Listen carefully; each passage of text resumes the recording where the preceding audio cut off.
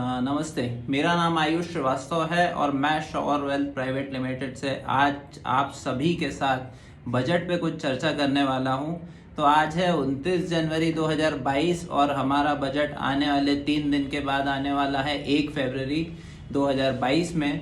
तो पहले तो मैं आपको श्योर वेल्थ के बारे में बता दूं। हमारी एक sure wealth private limited company है। हम लोग शेयर मार्केट में डील करते हैं और हमारी एक मुहिम है कि शेयर मार्केट में नॉलेज बेस्ड ट्रेडिंग को आगे बढ़ाना, क्योंकि बिना नॉलेज के शेयर मार्केट में ट्रेडिंग करना गैम्बलिंग के बराबर है। तो हम ये चाहते हैं कि जो भी लोग मार्केट में काम कर रहे हैं उन्हें एजुकेट करें और जो लोग मार्केट को नहीं समझते हैं उन्हें ये बताएं कि ये एक बहुत अच्छी अपॉर्चुनिटी है आने वाले समय के लिए। तो अब आते हैं बजट की ओर। तो इंडियन कॉन्स्टिट्यूशन एक्ट के हिसाब से आर्टिकल 112 में बजट पे यूनियन बजट पे चर्चा की जाती है और बजट में सरकार जो है वो इनकम, एक्सपेंडिचर, लोन्स, एडवांसेस आदि का ब्यौरा देती है। और बजट में ये बताया जाता है कि किन किन तरीकों से सरकार राजस्व में आय होने की संभावना होती है और किन किन योजनाओं के तहत वो उस आय का खर्चा करती है और विकास योजनाओं में उस जो आय का यूज करती है। अब जो आने वाले समय में 1 फरवरी को बजट आने वाला है उसमें हमारी वित्त मंत्री निर्मला सीतारमण जी बजट को पेश करने वाली है। तो कुछ हाइलाइट्स पे डिस्कस करते हैं।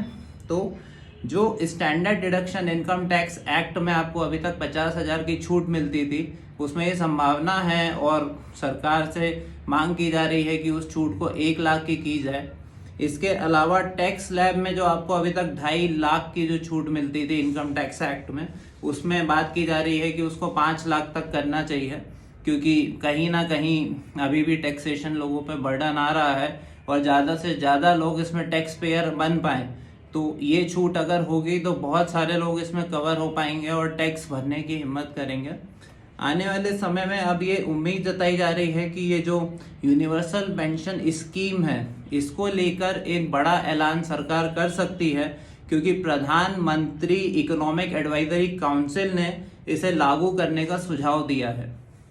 अब क्योंकि कोरोना में हमें बहुत कुछ समझ में आया है कि लोग अपने हेल्थ को बहुत इग्नोर करते हैं और जो हेल्थ से रिलेटेड जो हमारी व्यवस्थाएं हैं वो थोड़ी सी कमजोर है, बहुत ज़्यादा तो नहीं, पर ऐसे पेंडेमिक में हमारे को काफ़ी दिक्कतों का सामना करना पड़ा था।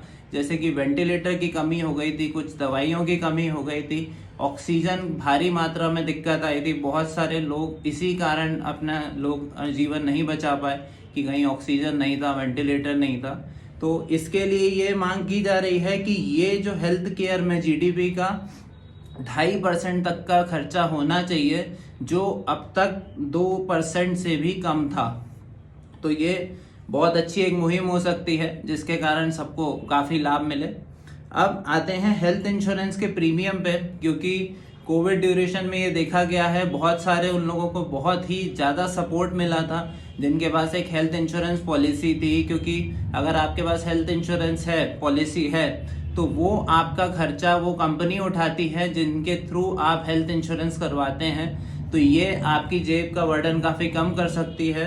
तो इस पे मांग की जा रही है कि ये इस पे जो जीएसटी की जो लागत है वो 18% से कम हो गया 5% पे होनी चाहिए, ताकि ये ज़्यादा से ज़्यादा लोग अफोर्ड कर पाएँ और इसकी तरफ अट्रैक्ट हो पाएँ। तो ये बहुत ही ज़रूरी है कि इस पे थोड़ा सा कॉस्टिंग बर्डन कम हो और ज़्यादा से ज़्यादा लोग कवर हों, ताकि आने वाले समय में हेल्थ रिलेटेड कोई भी इश्यूज का सामना छोटे से छोटा और बड़े से बड़ा व्यक्ति कर सके। अब हम आगे बढ़ते हैं। जो एजुकेशन पे बात करें तो एजुकेशन पे अब तक मात्र 2.67% का ही जीडीपी का खर्चा हो रहा था, जो कि मेरे हिसाब से 125 करोड़ की जनसंख्या का जो देश है उसमें ये बहुत ही कम परसेंटेज है। तो इसको बढ़ाकर 10% करने की मांग की जा रही है, क्योंकि ये बहुत ही ज़रूरी है कि एजुकेशन ज़्यादा से ज़्यादा लोगों तक पहुँचे, गांव-गांव में पहुँचे और एक क्वालिटी एजुकेशन की बहुत रिक्वायरमेंट है। शायद शासकीय स्कूल तो काफ़ी जगह हैं, पर वो फैसिलिटी नहीं मिल पा रही है वहाँ पे, बेसिक फैसिलिटी जो लोगों के लिए बेनिफिशियल हो। तो अब आगे बात करते हैं शेयर बाज़ार की। तो शेयर बाज़ार में लोग आने वाले समय में, इवन ये कोविड ड्यूरेशन में भी हमारे 3 करोड़ से 6 करोड़ के इन्वेस्टर्स बढ़े हैं।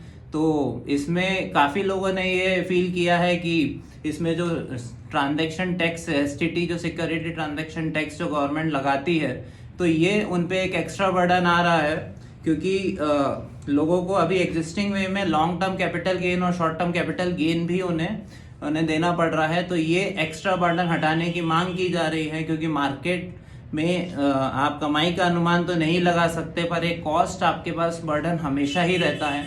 तो ये अगर ये कम होता है तो लोगों की इनकम बढ़ सकती है और ज़्यादा से ज़्यादा लोग इसमें अट्रैक्ट होंगे।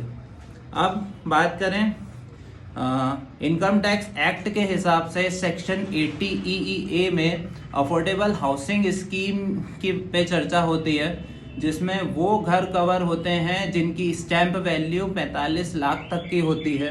तो उस पर अगर आप कोई लोन लेके अफोर्डेबल स्कीम हाउसिंग स्कीम के तहत कोई लोन लेते हैं और उसमें आप 45 लाख तक के स्टैंप वैल्यू का आपका घर होता है, तो आपको 1.5 लाख तक के इंटरेस्ट पे छूट मिलती है।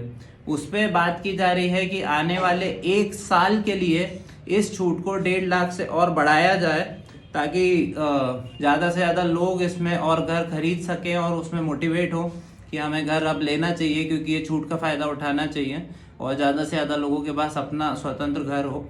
तो ये जो छूट है वो आपका अगर ये पहला घर है तो ही आपको मिलेगी।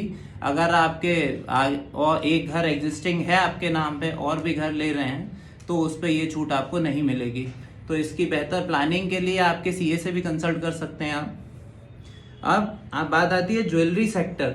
ये बहुत ही समय से सुना जा रहा है कि ज्वेलरी सेक्टर में अभी कस्टम ड्यूटी जो कि 7.5% है और अदर जो टैक्सेस है वो मिला के 10.75% का आपको एक्सपेंसेस आता था।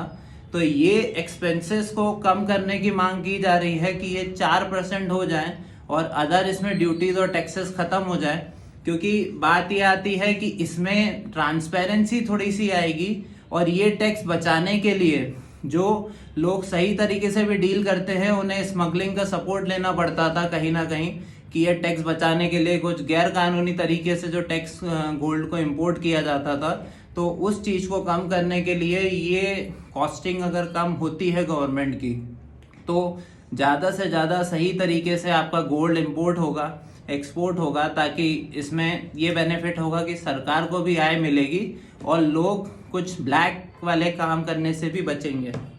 अब बात आते हैं micro small and medium enterprises में। तो ये एक ऐसा सेक्टर है जो कि सबसे ज़्यादा अफेक्टेड हुआ है इस कोविड के ड्यूरेशन में, क्योंकि ये जो ड्यूरेशन है इसमें इन लोगों पे काफ़ी भार आया है कॉस्टिंग का। अगर आप फिक्स कॉस्ट की बात करें या फिर वेरिएबल कॉस्ट की बात करें तो ये कॉस्ट तो इनकी नहीं ख़त्म हुई थी, पर क्योंकि ये कोविड के कारण व्यापार भी नहीं कर पाए थे तो ये इसमें मांग कर रहे हैं कि इनका जीएसटी कम से कम दरों पे लगे और इनको इस चीज़ का इनकम बेनिफिट हो। तो ये तो हमारे थे अनुमान और हमारी रिसर्च।